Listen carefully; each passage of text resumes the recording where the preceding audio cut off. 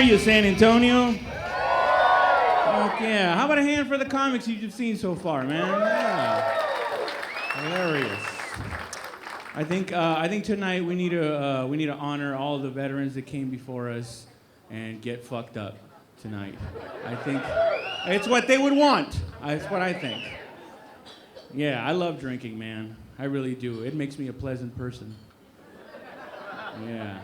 You just got to be careful when you drink, right? Because drinking can get out of hand pretty quick. I know, I've been there. One time I got so drunk, I caught myself speeding on the highway because I confused the number of the highway with the speed limit sign. I was like, 97? Fuck. That's pretty specific, no? Then I thought, I better go 92 just to be safe. You know how the cops are around here in Delaware. It's hard not to get in trouble for me, man, when I drink a lot. Yeah, like one time I went to this bar, right, and I got hammered, right? I started talking to this girl, and we hit it off. So I decided to buy one of those condoms from the machines in the bathroom. Yeah, and then later that night, we're about to get it on. I opened it up, and it was 2 Advil. But I was so drunk, I was like, man, technology's come a long way. I better take these condom pills so I don't catch any diseases. Don't want to start this relationship off on the wrong foot. Sex is a very important part of a relationship, wouldn't you agree? I think it's the most important part. That's why you got to keep the fires burning. Gentlemen, there are going to be some nights where you're just going to have to keep your woman up all night long, begging her to touch your penis. It's called stamina. You got to be able to do it as long as it takes. Until you start doing that cute little elbow. Stop. I got to go to work in 3 hours. I'm like, baby, it's not going to take 3 hours. But thank you for believing in me. Nobody believes in me like you do, baby. I know that much. I was in bed with this chick one time, right? Things are getting pretty nasty, as they always do. Right? She gets real close to me. She's like, Raul, what's your #1 sexual fantasy? And without missing a beat, I said, 2 chicks at the same time. Yeah, I could tell she didn't like that. She just rolled her eyes and went, ugh. Well, what's your second? I was like, I don't know, 2 chicks at different times? You want to be in the room when it happens or not? Trying to give you a step up on these hoes. No, I'm actually in a relationship, man. My girlfriend's actually taller than me. Yeah. Any gentlemen here ever been with a woman taller than you? There you go, a couple of heroes. Rest of you fucking cowards, what are you afraid of? A tippy toe kiss? You're afraid of that? Lean into it like a man. Get out of here, girl. I love tall women, man.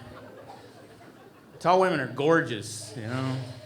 The only thing that sucks is we be crossing the street holding hands because their stride is longer than mine, so it looked like she's walking me across the street so I don't get hit by a car. I'm like, stop walking so fast. It made me mad. I love tall women, man, but one thing that I can't stand that sometimes tall women do is like, can tall women, if you're with a guy that's, you know, short, can you not bring up our height difference while we're in the middle of having an awesome time? Dude, I was at a concert with this girl, right? I'm at a concert with this girl. We're having an amazing time. Out of nowhere, she just goes, Raul, does it make you feel weird that I'm taller than you? Does that make you feel weird? Dude, I got so mad. I got off of her shoulders. I was like, you know what? Put me down. Put me down.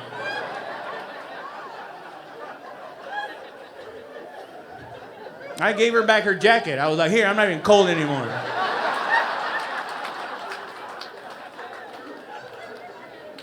I'll be by on Sunday to pick up my ladder.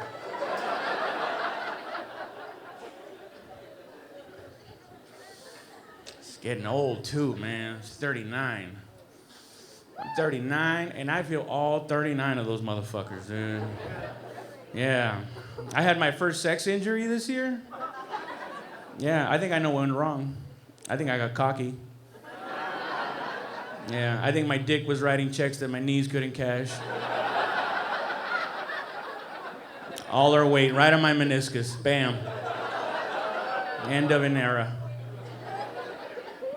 It sucks getting a sex injury, man. Takes all the spontaneity out of sex. The element of surprise is gone. Now my girl could tell ahead of time if I want to have sex. Like if she sees me taping up my ankles or putting on my mouthpiece, she knows what time it is. One time she thought I was crawling to bed with a thing of lube. She was like, oh my God, is that lube? What the fuck are you doing? I was like, lube? No, baby, this is icy hot. But this is for afterwards.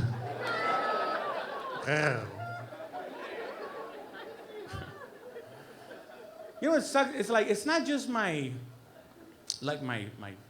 physical, it's my mentality that's also getting old, you know? Like, I'm not just an old guy, you know? I'm an old guy doing old guy shit. Like, I bought a pack of Band-Aids the other day. I didn't even have a cut. I just saw them and I was like, we should probably have these around.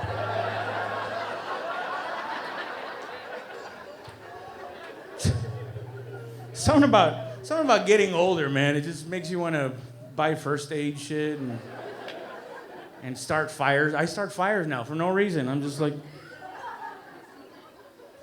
my girl thinks I'm having some kind of weird like Iraq war memory. She's like, is everything okay? You seem distant. Little does she know I'm just like, man, if an alien tried to abduct me, I'd whoop his monkey ass.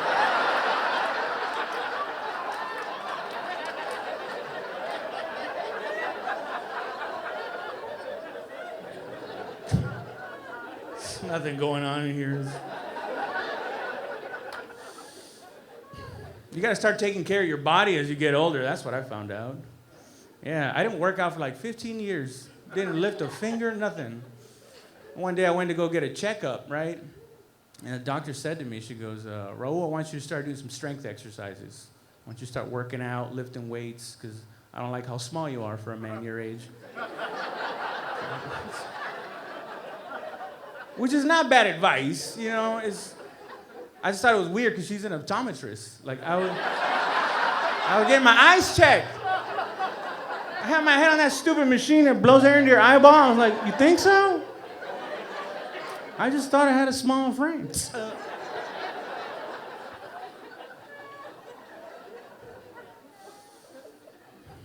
I started lifting weights for the first time a few years ago. Yeah, that's right. Matter of fact, I can tell you the exact moment that I decided to start lifting weights. I was living in New York, right? It was late, like 2:30 in the morning. I'm walking home. All of a sudden, this girl starts walking in front of me, right? And for some weird coincidence, she keeps making every turn that I'm also about to make.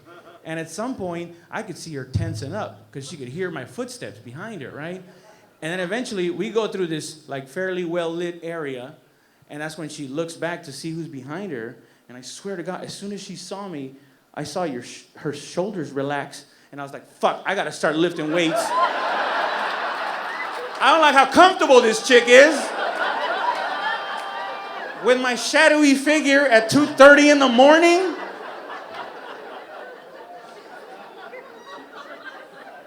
I mean, I don't want women to fear me, but I want them to be relieved. Shit made me so mad, you know? Just the thought that her inner monologue was like, oh my God, Becky, you were like literally stressing over nothing. Always doing that. You're always making a mountain out of a Mexican.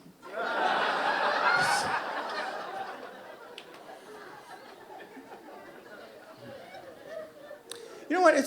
It's not all bad getting older. You know, a lot of people not demonize, but they make it sound like, oh, it's this terrible thing that's happening to you. But it's not all bad. Like, you know what the best part about getting older is?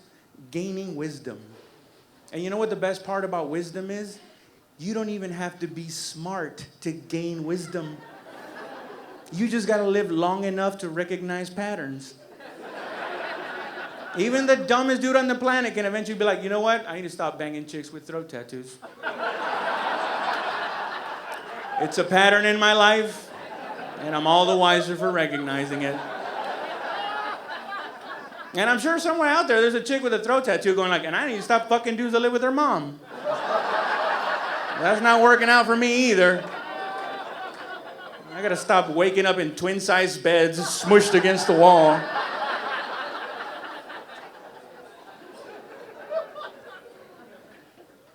I do feel like I've matured a lot as I've gotten older, particularly with women, you know. I used to be very immature. I used to get my feelings hurt right away. Like when I was in my 20s, if I was walking down the street and I saw a young lady walking in the opposite direction with her cleavage hanging out, and if I saw her look at me and then cover it up, I used to think that was the meanest, awful thing a woman could... Because I always looked at cleavage like a bowl of Halloween candy, right? It's for the community, right? Now you gotta take it away at the last one. Ugh, gross, get the fuck out of here. But that's because I was younger, you know? Now I'm 39, you know, I'm mature, you know? If I see a woman cover up like that, I just lift my chin up like, yeah, you better put them away. There's a man walking by.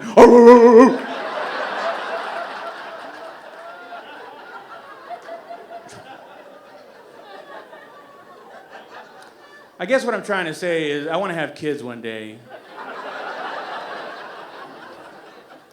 But just that day.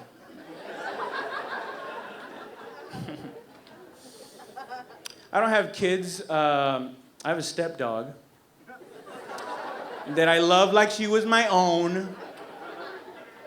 And look, I know you're not supposed to compare having kids with having dogs. I know that. But you gotta admit, there are some similarities.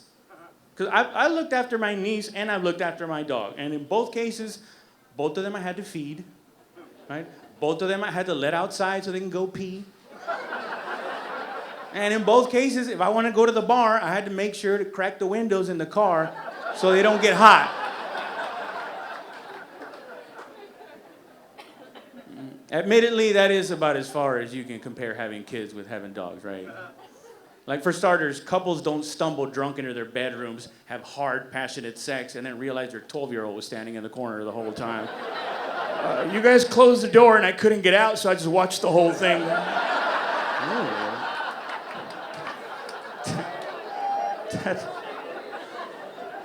That doesn't happen with kids as much as with dogs, right? You guys ever do that? You guys ever accidentally have sex in front of your dog? Dude, they get all weird. Like, I think that's why we love dogs so much. They're the only other species on the planet that expresses awkwardness in their eyes. Like, they're like, I won't tell anybody if you don't.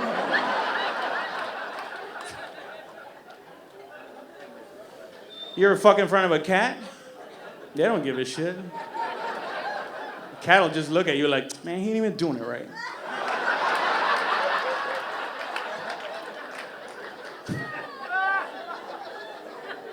Supposed to bite the back of her neck.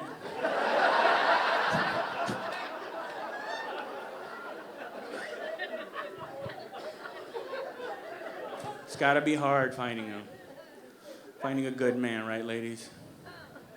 That's what I keep hearing, that it's hard to find a good man. I guess the only way I can make sense of it is like, I guess finding a good man must be like finding a nice jacket at Goodwill. Like, you ever find a nice jacket at Goodwill and you're like, oh my God, can you believe nobody else wants this? Oh my God. And then you put it on, you're like, oh, that's why. One sleeve shorter than the other. The zipper's inside out. I gotta close it with my hand on the inside.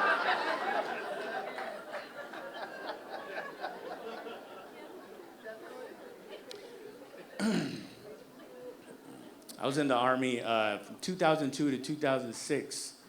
Back at the beginning of that shit. Yeah, man, 2002. Like 2 weeks out of high school, man. I was already in basic training. It was a wild time. I remember when I was in basic training, one time I saw this big banner, right? And it said, lead, follow, or get out of the way.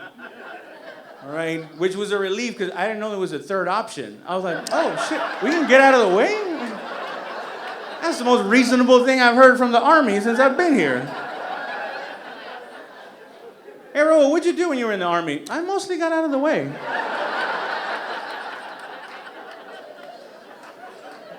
What are those medals for? Well, this one's for getting out of the way a lot.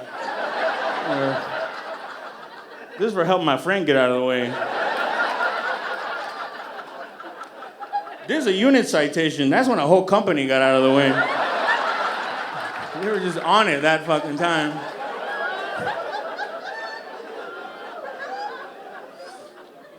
True, man. I was airborne infantry. Yeah. Infantry folks here? Fuck yeah, man. Hell yeah, Fort Bragg, man. I was scared. Yeah, that's why when people are like, thank you for your service, I'm like, don't, dude. I was scared the whole time. Just jumping out of an airplane, that was scary to me, man, because I'm a little dude. You know, I was even smaller back then. Like, every time I jumped out of the airplane, it took me like 3 times longer than everybody to get to the... Like, at one point, the parachute was beneath me. I was like, what the fuck? Parachute is using me to lower itself safely.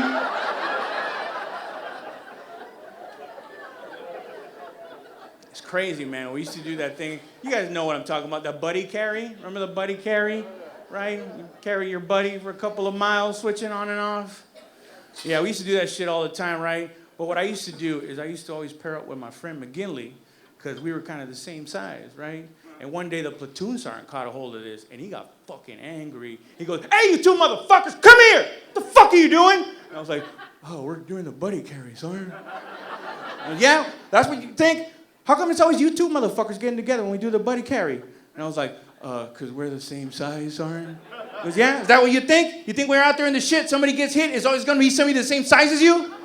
He goes, Rabidoo, come here! And Rabidoo was our machine gunner, this fucking monster of a man. He brings him over, and he goes, now what happens if you, McGinley, and Rabidoo are out there in the shit, and Rabidoo's the one that gets hit? What are you gonna do then? I was like, well, Sergeant, you know, I would do what I have to do, you know? I would man up, and I'd shoot McGinley in the leg, and carry him, and be like, hey, somebody's gotta get Rabidoo! I gotta get McGinley out of here! He's my best friend! That's why I always practice with McGinley. Because I know when shit goes down, McGinley's getting shot. Dude, he got so mad at me, he made me carry Rabidoo for the rest of the exercise, which looked fucking ridiculous because of how big and how little I was, you know? Every time I carried him, it looked like an ant carrying a big piece of Dorito. Because Rabidoo's body was 230 pounds of man. And my body was 130 pounds of middle school lesbian. Like the delicate kind, you know, like I think I like girls, you know, like. But he was right though, man, he was right. And I'll tell you this story before I get out of here, man. One time we went to Iraq, right, and we got in a firefight, right? We got in a firefight, and what happened was we pushed the enemy up against the Euphrates River, right? But we were in a palm grove, so there was a lot of palm trees, a lot of brush. And then we started slinging lead back and forth. Everybody's getting as low as possible. And all of a sudden, somebody calls on me to throw a grenade. They're like, Sergeant Sanchez, throw a grenade. And I was like, what? Throw a grenade. I was like, are you sure? There's a lot of trees, man. That shit could bounce back and hit us. He's like, just throw the fucking grenade. I was like, God damn it. I pull the pin, man. I get up on a knee and I chuck it as hard as I can. I get down for the explosion and all I hear is, and then somebody yells at me, like, damn it, Sanchez, you threw it too far and landed in the fucking river. And I was like, well, don't yell at me. Like, we're on the same team. Like, don't focus on the negative shit, you know? At least now we know they're not in the fucking river. But I think the reason I threw it so hard was because I was overcompensating, you know? Because when I was in high school, I was in the baseball team for 2 days. Because that's how long it took me to find out that I threw like a bitch. So it was no surprise to me when I got to basic training, all the drill sergeants were yelling at me. They're like, damn it, Sanchez, why can't you throw a grenade? It's just like throwing a baseball. I was like, I know, it's fucking difficult. Like, plus it's made out of metal, man. It's fucking heavy. He's like, of course it's made out of metal. It's supposed to kill people. And I was like, well, you can catch more flies with honey, drill sergeant. Now, wouldn't that be great if that's how a grenade actually worked, right? Like you throw a grenade, a bunch of honey goes everywhere. And it actually works, right? Like the enemy's like, well, I want to keep fighting, but I'm so sticky. Ugh. My neck keeps doing a thing where it sticks to your shoulder. I'm gonna go wash off in the river. Like, oh, don't go in the river. They're throwing grenades in the river. That's how they get you. Honey grenade, river grenade. I think after a while, the enemy started knowing when it was me throwing the grenade every time I landed short. Because they all started doing that little league thing. They were like, all right, everybody, bring it in. Let's come. Hey, I got to get out of here, man. Y'all take it easy.